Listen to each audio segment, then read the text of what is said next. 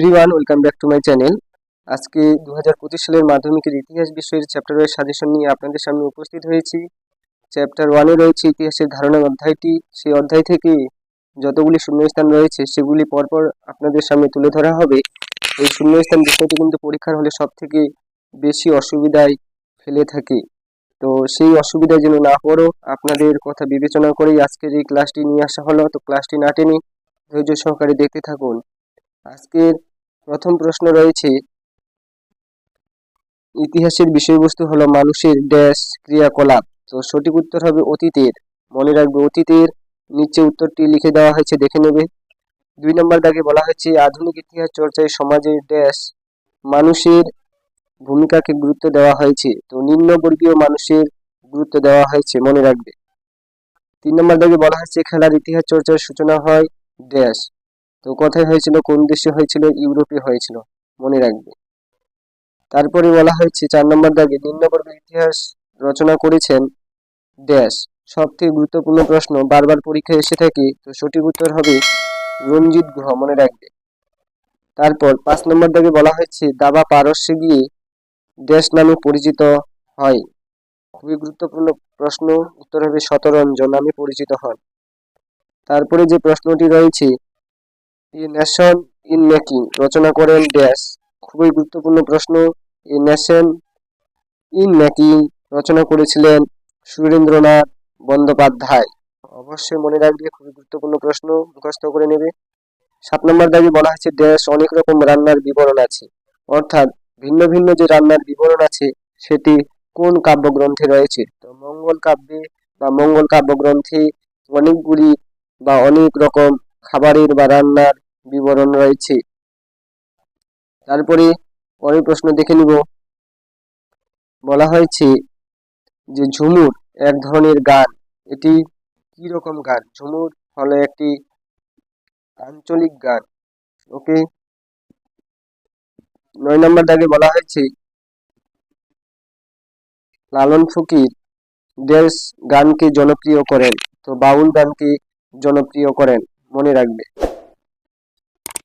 10 নম্বর দাগে বলা হয়েছে নবাব ওয়াজেদ আলী শাহ ছিলেন একজন ড্যাশ। তো ওয়াজেদ আলী শাহ কিসে বিখ্যাত ছিলেন? তো সঙ্গীতবিদ হিসেবে বিখ্যাত ছিলেন। তো সঠিক উত্তর সঙ্গীতবিদ, মনে রাখবে। তারপর 11 নম্বর দাগে খুবই গুরুত্বপূর্ণ প্রশ্ন, বলা হয়েছে গরবা।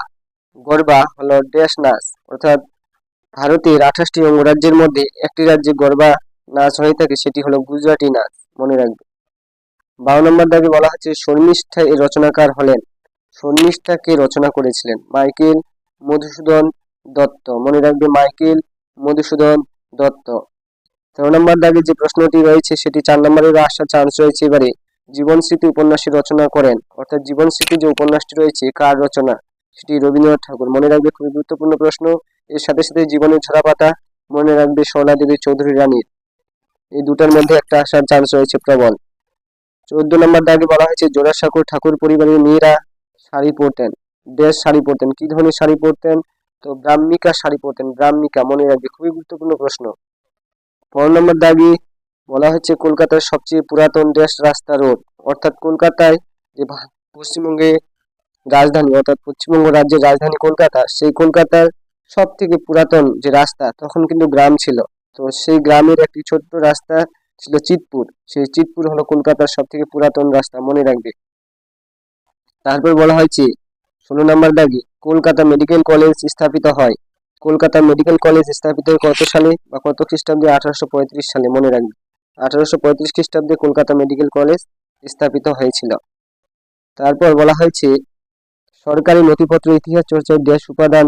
অর্থাৎ সরকারি নথিপত্র যাকে যেখানে জমা করা হয় তাকে মহাদেশখানা বা লেখাগার বলা হয়, সেটি হলো প্রাথমিক উপাদান, মনে রাখবে, খুবই গুরুত্বপূর্ণ প্রশ্ন।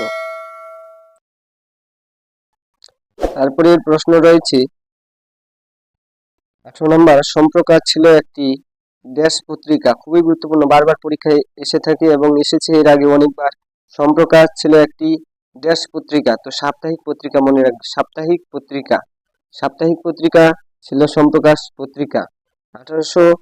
সালে এই প্রকাশিত দ্বারকানাথ বিদ্যাভূষণ প্রকাশিত করেছিলেন, মনে রাখবে। খুবই গুরুত্বপূর্ণ, কে প্রকাশ করেছেন, কবে করেছিলেন সেটিও মনে রাখবে। তারপর 19 নম্বর প্রশ্নে বলা হয়েছে বঙ্গদর্শন পত্রিকা রচনা করেন, কে করেছিলেন? বঙ্গদর্শন পত্রিকা রচনা করেছিলেন বঙ্কিমচন্দ্র চট্টোপাধ্যায়। বঙ্কিমচন্দ্র চট্টোপাধ্যায় 1872 সালে, মনে রাখবে। খুবই গুরুত্বপূর্ণ প্রশ্ন, কে করেন, কবে করেন, সেটা মনে রাখবে। তারপর 20 নম্বর প্রশ্ন, সমাচার দর্পণ রচনা করেন ড্যাশ। তো মার্সম্যান সমাচার দর্পণ রচনা করেছিলেন। খুবই গুরুত্বপূর্ণ প্রশ্ন। আজকের এই ছিল আলোচনা। তো ক্লাসটি ভালো লাগলে বন্ধুদের মাঝে বেশি বেশি করে শেয়ার করে দেবেন এবং লাইক ও কমেন্ট দিয়ে আপনাদের উপস্থিতি জানাবেন। এবং ফারুক স্টাডি চ্যানেলের নতুন সদস্য হয়ে থাকলে অবশ্যই চ্যানেলটি সাবস্ক্রাইব করে পাশে থাকবেন এরকম ভালো ভালো ভিডিও পাওয়ার জন্য এবং রিসেন্ট আপডেট পাওয়ার জন্য। যতগুলো সরকার নতুন আপডেট দিয়ে থাকবে ফারুক স্টাডি চ্যানেলে সেগুলি তুলে ধরা হয়, সেজন্য ফারুক স্টাডি চ্যানেলের পাশে থাকতে ভুলবেন না। Thank you for watching. দেখা হচ্ছে পরের ভিডিওতে।